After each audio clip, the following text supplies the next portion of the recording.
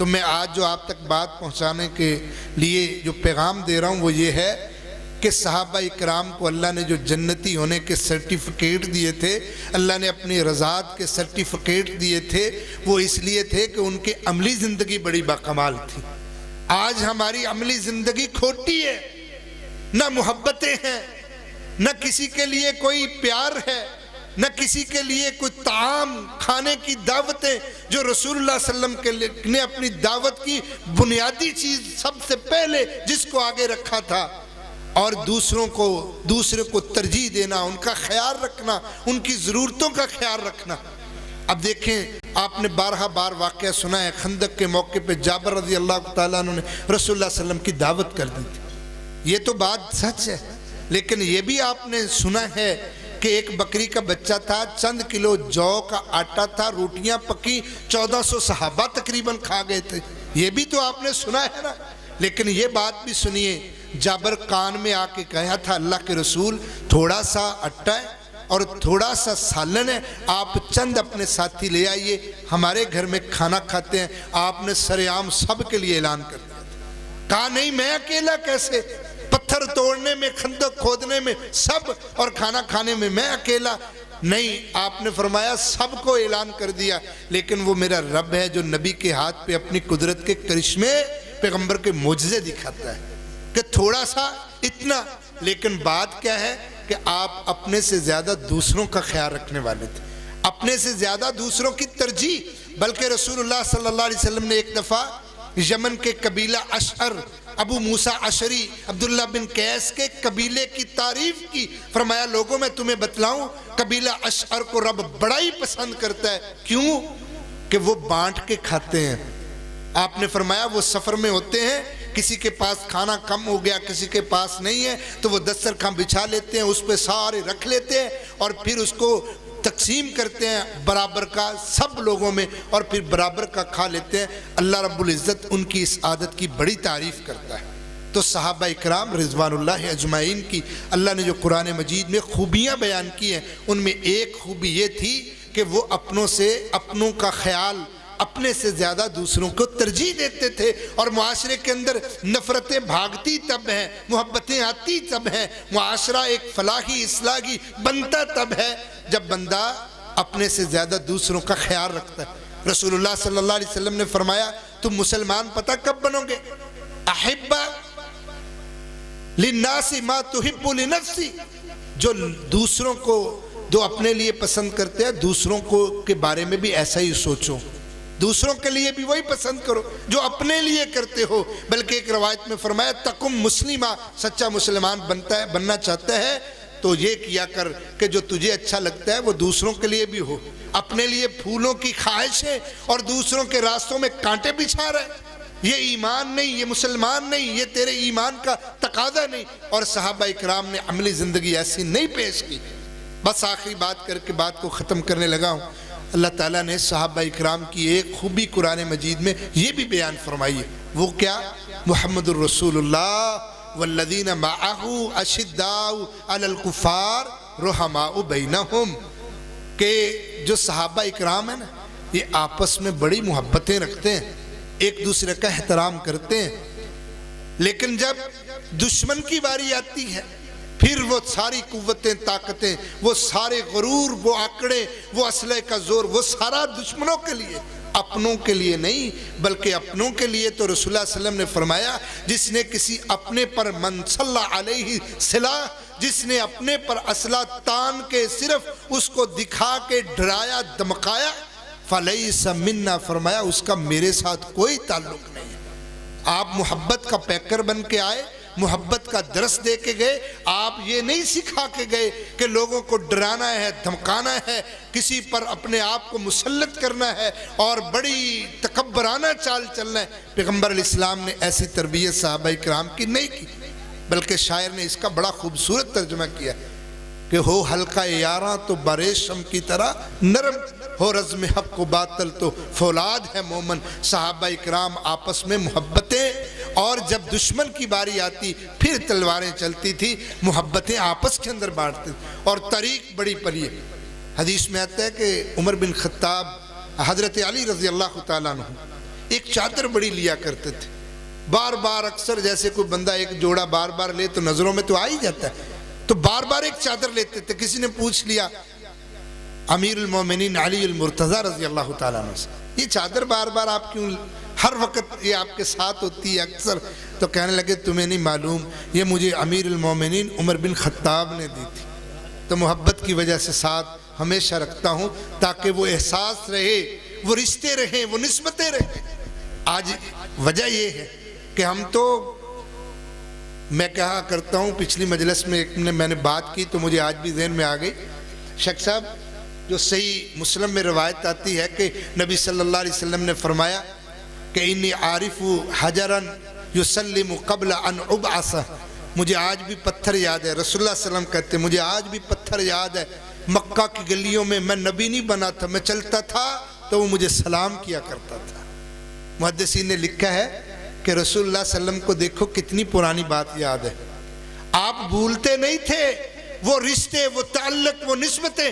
اماں جی عائشہ کہتی ہیں خدیجہ کی سہیلیوں کو جب گوشت جاتا تھا، اس کا تذکرہ گھر میں ہوتا تھا، بڑا غصہ لگتا تھا، لیکن پھر بعد کے اندر ٹھنڈا ہو جاتا تھا کہ پیغمبر دیکھو اپنی اس بیوی کو جس سے اولاد ہے، جو دنیا سے جا چکی، کتنی محبت دیتے ہیں، کیونکہ اس نے مال دیا تھا، اس نے قربانیاں دی تھی، اس نے رسول اللہ صلی اللہ علیہ وسلم کے لیے اپنی جان، تن، من، سب کچھ قربان کیا تھا، اب کیسے بھول سکتے تھے؟